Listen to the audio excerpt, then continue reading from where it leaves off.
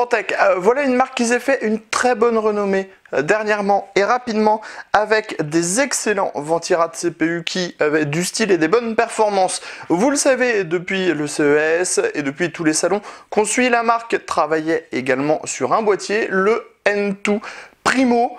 Un boîtier qui se destine aux power users et qui va proposer énormément de place. On a d'abord une compatibilité EATX, un boîtier avec pas mal d'aluminium, des dimensions assez vertigineuses, puisqu'on est sur 250 mm de large sur 650 de haut et 600 de profondeur. On a 8 slots d'extension, la possibilité de mettre 5 périphériques 5,25 pouces, 6 HDD, 12 SSD au total et surtout des possibilités en radiateur de water cooling qui sont très importantes, avec la possibilité à l'avant de mettre un 240 mm, dans le haut un 480 mm, sur le côté un 240 mm, à l'arrière un 120 mm et dans le bas un 480 mm, ou alors aussi du 420 mm dans le haut, du 140 mm à l'arrière et du 280 mm dans le bas. Bref, beaucoup de place également pour les cartes graphiques, on va de 257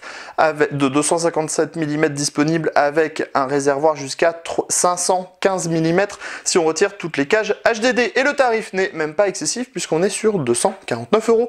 On vous propose, après cette très longue introduction, de faire enfin un tour de ce N2 Primo. Nous commençons tout d'abord par nous excuser pour toutes les choses que nous allons oublier de dire à propos de ce boîtier, car il y a vraiment beaucoup de choses à dire sur ce boîtier. Vous le verrez dans l'article complet qui sera à apparaître très prochainement, mais les possibilités d'intégration sont énormes. Juste un petit mot sur le poids, on est par contre à 18 kg. Reste que pour la taille du boîtier, vous voyez, c'est pour vous donner un ordre d'idée, il est très grand et propose des grosses possibilités d'intégration. Au niveau de la finition, il n'y a strictement rien à dire ou redire de ce Fantex. Il est très bien fait, que ce soit les parties en aluminium, les parties en plastique, les parties en acier ou les intégrations de plexiglas. On commence avec un petit mot sur le style. C'est très joli, c'est très bien fait, on l'a déjà dit. Ça ressemble un peu à une PS3. J'aime beaucoup, je l'avoue.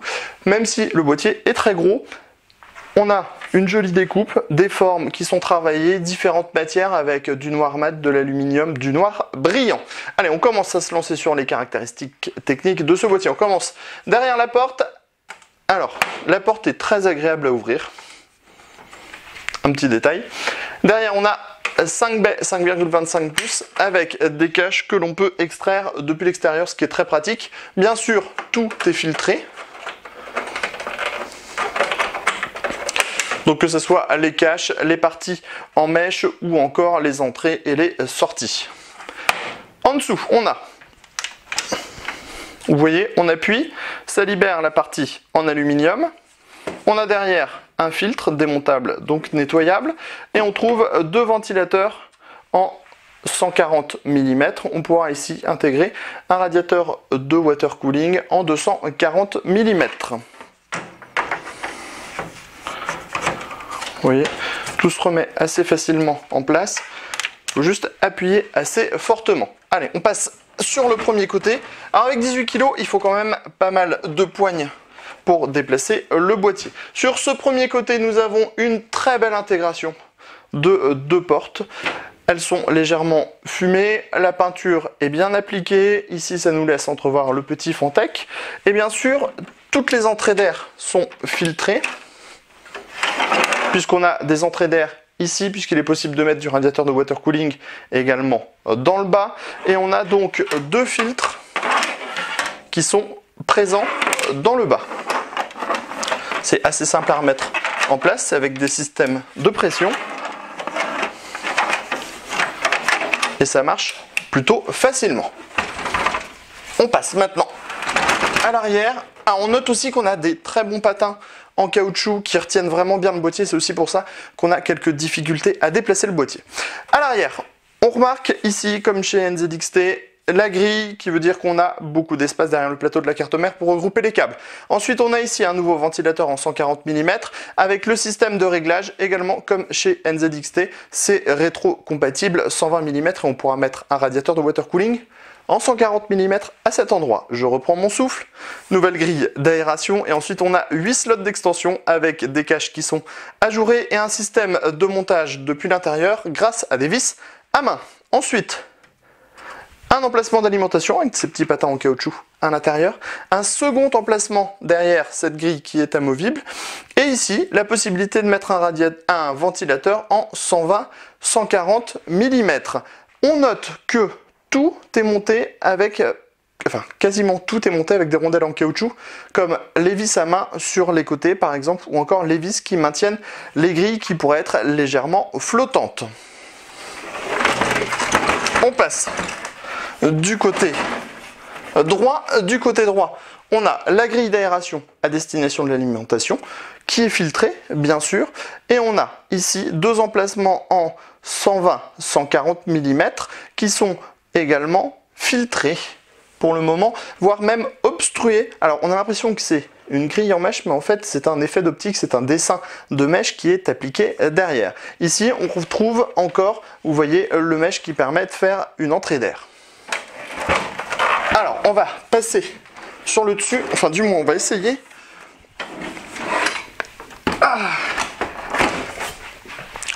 Nous voilà sur le dessus. Sur le dessus, on a de l'aluminium. Comme à l'avant, c'est très bien fait. Je vous coupe devant pour changer de côté. On a la grille ici, donc là aussi filtrée. Là, pas mal d'emplacements. Alors, comme pour la grille avant, on appuie, on libère, et là on a 4 emplacements en 120 mm compatibles avec radiateur de water cooling en 480 mm ou 3 emplacements en 140 mm. Bref, il y a de quoi faire. On pourra mettre les ventilateurs sur le dessus, le radiateur en dessous, remettre une tranche de ventilateur pour faire du push-pull. Vous voyez, on remet en place. C'est pas compliqué du tout. Ici, on a les différents dispositifs pour allumer le PC, resetter le PC, les prises USB avec des petits caches en caoutchouc, donc de l'USB 3.0, de l'USB 2.0. On met de côté les petits caches et enfin les entrées-sorties audio. Je vous recoupe devant, je suis désolé. On en profite pour passer à l'arrière. On fait pivoter le boîtier.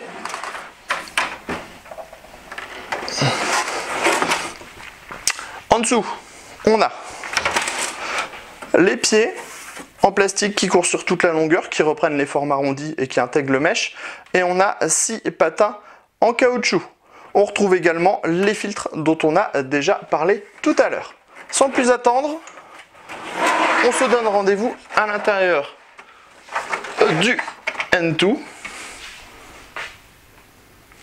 Pour cela, on enlève les vis à main, rien de plus simple. Elles sont équipées de petites rondelles en caoutchouc.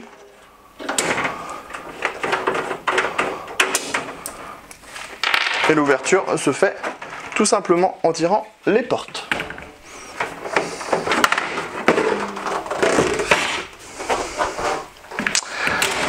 L'intérieur du boîtier est très propre et assez simple en fait, parce qu'on a pas mal de caches qui dissimulent tout ce qui est assez disgracieux dans un boîtier.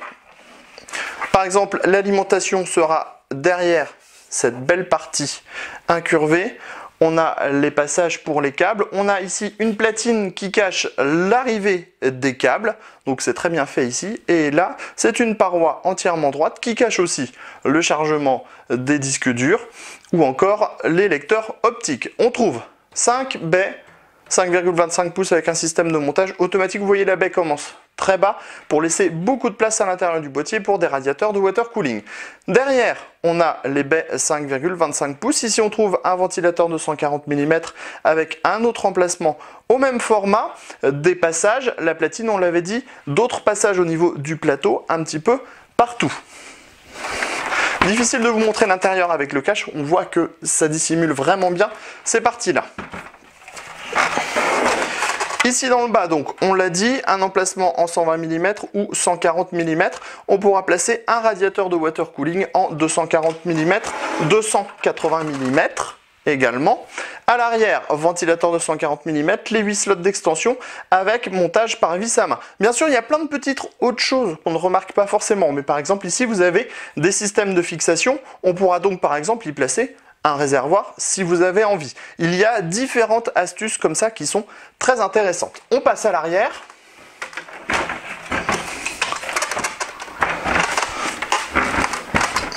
À l'arrière, pas mal de choses aussi, vous allez le voir. Je vous centre bien le boîtier. On commence avec la gestion complète de tout ce qui est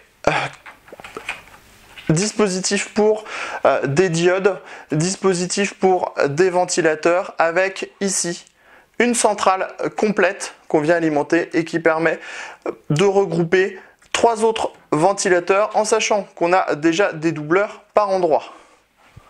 Un bonheur à ce niveau-là, on vous le dit. Dans le haut, on a 2 platines 2,5 pouces pour 4 dispositifs. C'est monté sur système en caoutchouc. Ensuite, on a 2 cages HDD 3,5 pouces qui sont également compatibles 2,5 pouces. Les cages sont intégralement amovibles si on veut mettre du radiateur de water cooling par exemple. Ici, on trouve après les supports ici pour l'alimentation. L'alimentation est donc de côté et on a pas mal de passages comme on le disait et ici, ici, ici. Pas mal d'accès backplate. On pourra, si on veut, déplacer la cage SSD ici si on a besoin de récupérer de la place à ce niveau-là. Bref, beaucoup de choses dans ce boîtier. On l'a vu, des grosses compatibilités en water cooling. Ah oui, dernier petit truc, il y a des scratchs partout pour pouvoir regrouper facilement les câbles. Bref, un boîtier qui, pour un premier boîtier, est absolument énorme, conséquent, certes un peu cher, mais on trouve qu'il y a matière à ce prix. Et on vous donne rendez-vous très prochainement sur cocotland.com pour un test complet de ce N2 Primo avec un radiateur de 360 dans le haut pour voir si celui-ci loge facilement. Sur ce, on vous dit à très bientôt sur cocotland.com et sur Cocotte TV.